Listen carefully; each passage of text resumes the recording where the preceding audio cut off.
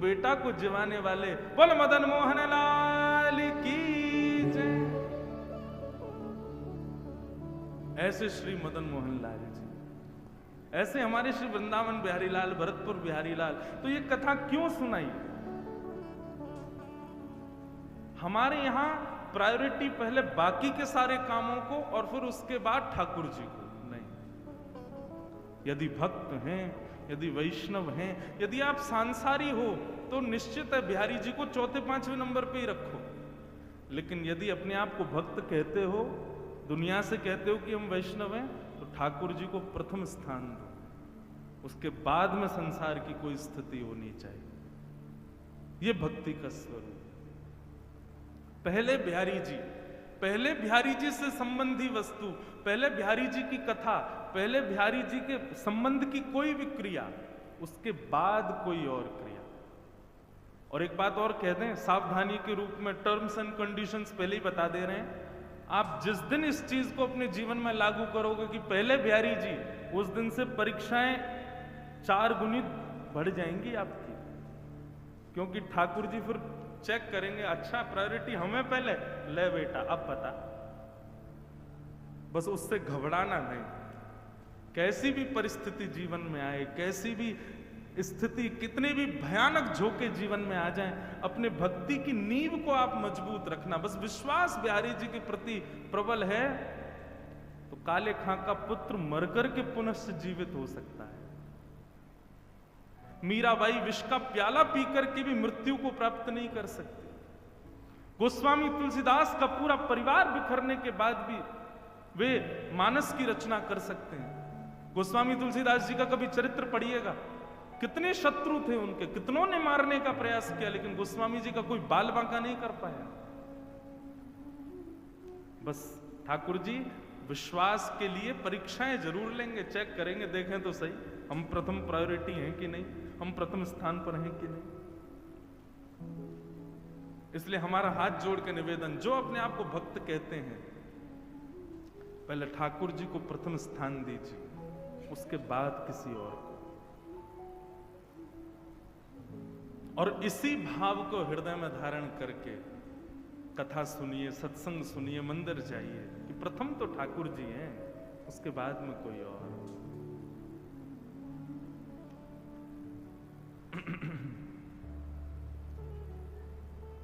बोलो वृंदावन बिहारी लाल की जय। भूमिका में चले गए ज्यादा, पर अच्छा ही था। जो भी भाव निर्मित हो श्री बिहारी जी की कृपा से ही होता है। तो हम ये विषय क्यों लेकर के प्रारंभ किया था? ये विषय प्रारंभ किया था स्मृति शब्द से, कि वो 5 वर्ष पुरानी जो स्मृति है ना, उसी स्मृति का कल हम फोन कर दें कि भैया सुनो आज ना कथा आप ही लोग कर लो, हम थोड़े थक रहे हैं, हम नहीं आ रहे। तो ऐसा हो सकता है? भरतपुर के अखबार में छप जाएगा, हमारा जयपुर तक, वृंदावन तक हल्ले हो जाएंगे। इंद्रेश जी ने भरतपुर में कथा की और तीसरे दिन फोन करके कहा हम थक गए, हम नहीं आ रहे। हम कर ही नहीं सकते, हमको आना ही पड़ेगा, चाहे सर दर्द हो चाहे पेट दर्द हो। मतलब बाकी के लोग तो समय निकालने के लिए सोचते हैं ठाकुर जी के लिए, हमारा तो कान ही बिहारी जी ने पकड़ा, बोले नहीं बैठना ही पड़ेगा तुझे, तो करनी ही पड़ेगी। घर में चाहे किसी का ब्याह हो, घर में चाहे कुछ भी हो, हमको कथा करने जाना ही पड़ता है। तो ये तो ठाकुर जी की हम पर कृपा है, तो इससे पुण्य तो बनते होंगे बंधुओं। कथा सुनाते हैं, इतने लोग सुनते हैं, तो पुण्य तो मिलते होंगे। पर हमने पहले ही सोच रखा है नाथ, इस पुण्य के बदले हमको एक ही चीज देना। क्या? हम वैकुंठ आएंगे, ये तो हमको पता है, ये तो निश्चित हम जान चुके हैं, वैकुंठ से नीचे तो हमको मिलने वाला नहीं है। लेकिन हम वैकुंठ में आकर के भी कथा करें और शंख चक्र गदा पद्मधारी हमारे बिहारी जी के ही पूर्ण अवतार श्री नारायण को सामने बैठा करके कथा सुनाएं, वहां भी कथा करें। लेकिन हम अकेले नहीं जाएंगे वैकुंठ। जिस जिस शहर में जितनी कथाएं करेंगे और जहां जहां के जितने जितने लोग कथा सुनेंगे, वे सब भी हमारे संग ही जाएंगे वहां। तो इसीलिए हमने अपनी व्यासपीठ का नाम भक्ति पथ रखा। भक्ति का रास्ता, भक्ति का मार्ग। जो सीधे बिहारी जी के पास जाएगा और उनके सामने बैठ के हमको कथा करनी है। तो उसमें कुछ शहर हैं जहाँ भक्तिपथ परिवार अपनी गतिविधियों से, अपने सत्संग से, अपने क्रियाओं से इस भाव को, इस संकल्प को सार्थक कर रहे हैं। उसमें यदि ऐसा कह दूं तो कोई अतिशयोक्ति नहीं, पहले नंबर पे भरतपुर ही है। तो निश्चित है भरतपुर के आप सब लोग हमारे साथ वैकुंठ की यात्रा में, आप सबकी टिकट कट चुकी है, नहीं मन होगा तो भी चलना पड़ेगा, सब चलोगे हमारे साथ। और वहां 7 दिन के लिए जाएंगे बस हम लोग। 7 दिन कथा सुनाएंगे ठाकुर जी को, और ठाकुर जी कहेंगे वाह भैया बड़ी बढ़िया कथा सुनाई, अब दक्षिणा मांगो। तब दक्षिणा मांगेंगे, एहो विधिना तो पे अचरा पसार मांगू, जन्म जन्म दीजो या ही ब्रज बसिवो। अब हमको दोबारा ब्रज में ही भेज दो आप। तो 7 दिन रहेंगे वैकुंठ में, फिर दोबारा आ जाएंगे वृंदावन में, फिर से यहाँ पर खूब कथाएं आदि करके फिर जाएंगे, फिर आ जाएंगे। तो यही संकल्प है, इसीलिए इसका नाम भक्ति पथ है। आप सब पथिकों को बहुत बहुत शुभकामनाएं कि आप सब इस पथ के पथिक हो। खूब आनंद से हम लोग ठाकुर जी की प्राप्ति करेंगे, निश्चित है मिलेंगे ही मिलेंगे बिहारी जी, इससे नीचे काम बनने वाला हमारा है नहीं। तो उसमें भरतपुर बहुत आगे, तो भरतपुर के लोगों को बहुत बहुत शुभकामनाएं। आओ आज के प्रथम दिन के सत्र में हम लोग भागवत जी के महात्म्य में प्रवेश करते हैं। सब लोग मेरे साथ में नेत्र बंद करके बिहारी जी का स्मरण करते हुए भागवत का महात्म का प्रथम श्लोक उच्चारण करो। सच्चिदानंद रूपाय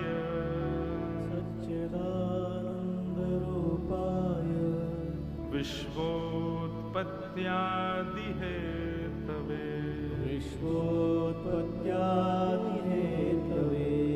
तापत्रय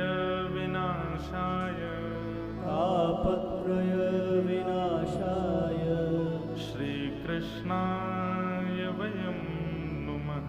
श्रीकृष्णाय वयं नुमः। श्रीकृष्णाय वयं नुमः। श्रीकृष्णाय वयं नुमः। भागवत के महात्म का प्रथम श्लोक। सच्चिदानंद रूपाय, भगवान के 3 रूप हैं। बंधुओं स्वरूप तो बहुत सारे हैं भगवान के, मदन मोहन जी, गोपीनाथ जी, गोविंद देव जी, बिहारी जी, द्वारिकाधीश, जगन्नाथ, बद्रीनाथ, श्रीनाथ। स्वरूप बहुत सारे हैं भगवान के, लेकिन रूप केवल 3 है। जैसे हमारी फोटोग्राफ्स अलग अलग हो सकती हैं, लेकिन हमारी अलग अलग अदाओं में हैं तो हम ही ना, कभी हंसते हुए, कभी रोते हुए, कभी बैठे हुए, कभी चलते हुए। फोटोग्राफर ने बहुत सारी फोटोग्राफ्स ली हैं, लेकिन हैं तो सब फोटोग्राफ्स में हम ही ना।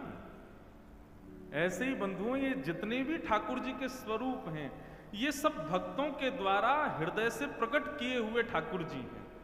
परंतु प्रत्येक ठाकुर के रूप 3 ही हैं, सत्य, चैतन्य और आनंद। बिहारी जी सत्य स्वरूप हैं, आप सब अनुभव करोगे। आप संसार में किसी से कितना भी प्रेम कर लो, लेकिन फिर भी अपने कुछ ना कुछ बातों को मन में छुपाओगे, उससे भी नहीं बोल सकते। लेकिन बिहारी जी ऐसे, उनके सामने जाते छुपाना नहीं पड़ता, सब अपने आप प्रकट हो जाता है। जो हम किसी को नहीं बता पा रहे, बिहारी जी के सामने जाते ही वो अपने आप प्रकट हो जाता है। चाहे वो हमारी दुख के हों, चाहे वो हमारे सुख के हों, चाहे वो हमारे द्वारा किए गए पाप हों, चाहे वो हमारी पीड़ाएं हों, बिहारी जी के सन्मुख आते ही सब अपने आप प्रकट हो जाती हैं। इसलिए वो सत्य है। संसार में कई लोगों से हमारे ऐसे संबंध होते हैं कि उससे हम अपनी सारी हृदय की बात कह देते हैं। वो हमारे सगे भाई बहन भी हो सकते हैं, या चाचा ताऊ के बच्चे भी हो सकते हैं, हमारे पड़ोसी भी हो सकते हैं, हमारे मित्र भी हो सकते हैं। परंतु बंधुओं ठाकुर जी ऐसे हैं कि उनसे आप वह भी बोल सकते हो जो आप किसी से नहीं बोलते, और बोल सकते हो नहीं, बोलते ही हो। व्यक्ति पाप कर ले सबसे छुपा लेगा, लेकिन ठाकुर जी से नहीं छुपा पाता। चोर भी यदि कभी मंदिर में जाता है ना, तो बिहारी जी से कहता होगा, हे बिहारी जी, आगे वाली की चैन काट रहा हूं मैं, क्षमा कर देना। आज भी हमने सुना कि कथा में 2-3 माताओं के कुछ चैन वैन कट गए, इसलिए भैया यहाँ तो भक्ति का गहना पहन के आओ, उसको कोई चोरी कर ही नहीं पाएगा। सांसारिक गहने घर ही छोड़ के आई हूँ, क्योंकि यहाँ पर भी बहुत सारे लोग बिहारी जी से प्रार्थना इसीलिए करके आ रहे होंगे कि हे बिहारी जी कृपा करना वो महंगी वाली चेन पहन के आवे ताकि हम काट सकें। बिहारी जी बेचारे सब के हैं, कहो तो उसकी सुन लें, इसलिए आप लोग अपनी चतुराई से आओ, थोड़ा सावधानी रखो इस बात में भी। तो भगवान सत्य हैं, उनके सामने सबका सत्य प्रकट हो जाता है। इस बात का प्रमाण देती है महाभारत की एक कथा। कौरवों के पिताजी का नाम क्या है? धृतराष्ट्र। धृतराष्ट्र का एक श्लोक है महाभारत में, वो वहां कहते हैं, जानामि धर्मं न च मे प्रवृत्ति, जानाम्य धर्मं न च मे निवृत्ति। धृतराष्ट्र कहते हैं,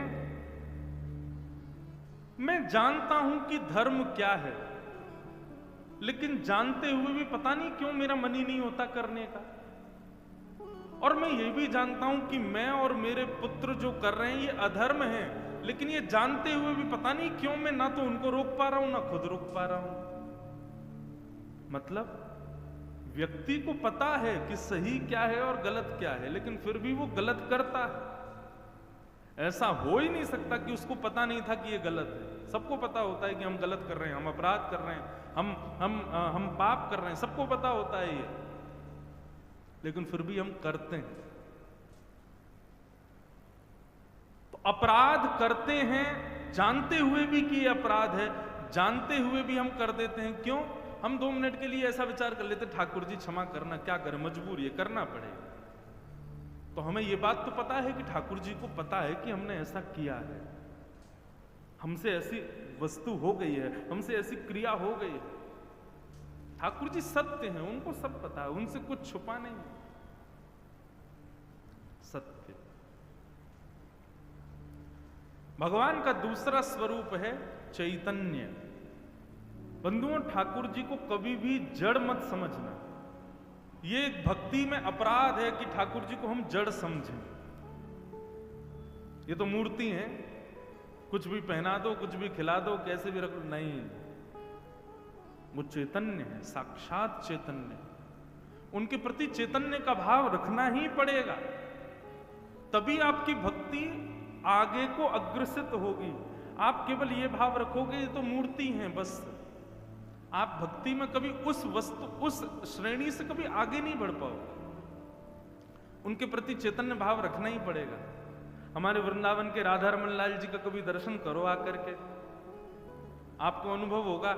जिस दिन राधा रमन लाल जी बड़े प्रसन्न होते हैं, अपनी पोशाक से, अपनी सेवा से या किसी भी भाव से प्रसन्न होते हैं, तो उस दिन उनके 3-4 दतुइयां दिखाई देती हैं। कोई गौर से अगर देखे दूरबीन से या फिर फोटो खींच ले, और यदि अभी जैसे गर्मियों के समय में शाम को लगभग हर मंदिर के ठाकुर जी बाहर आ जाते हैं, बाहर आकर के सबको दर्शन देते हैं। आप कभी गौर से देखना, राधा रमन लाल जी जिस दिन बड़े प्रसन्न होते हैं ना, उस दिन उनके दांत दिखाई देते हैं, 3-4 दांत दिखते हैं। क्यों? क्योंकि वो जड़ नहीं है, वो चैतन्य है।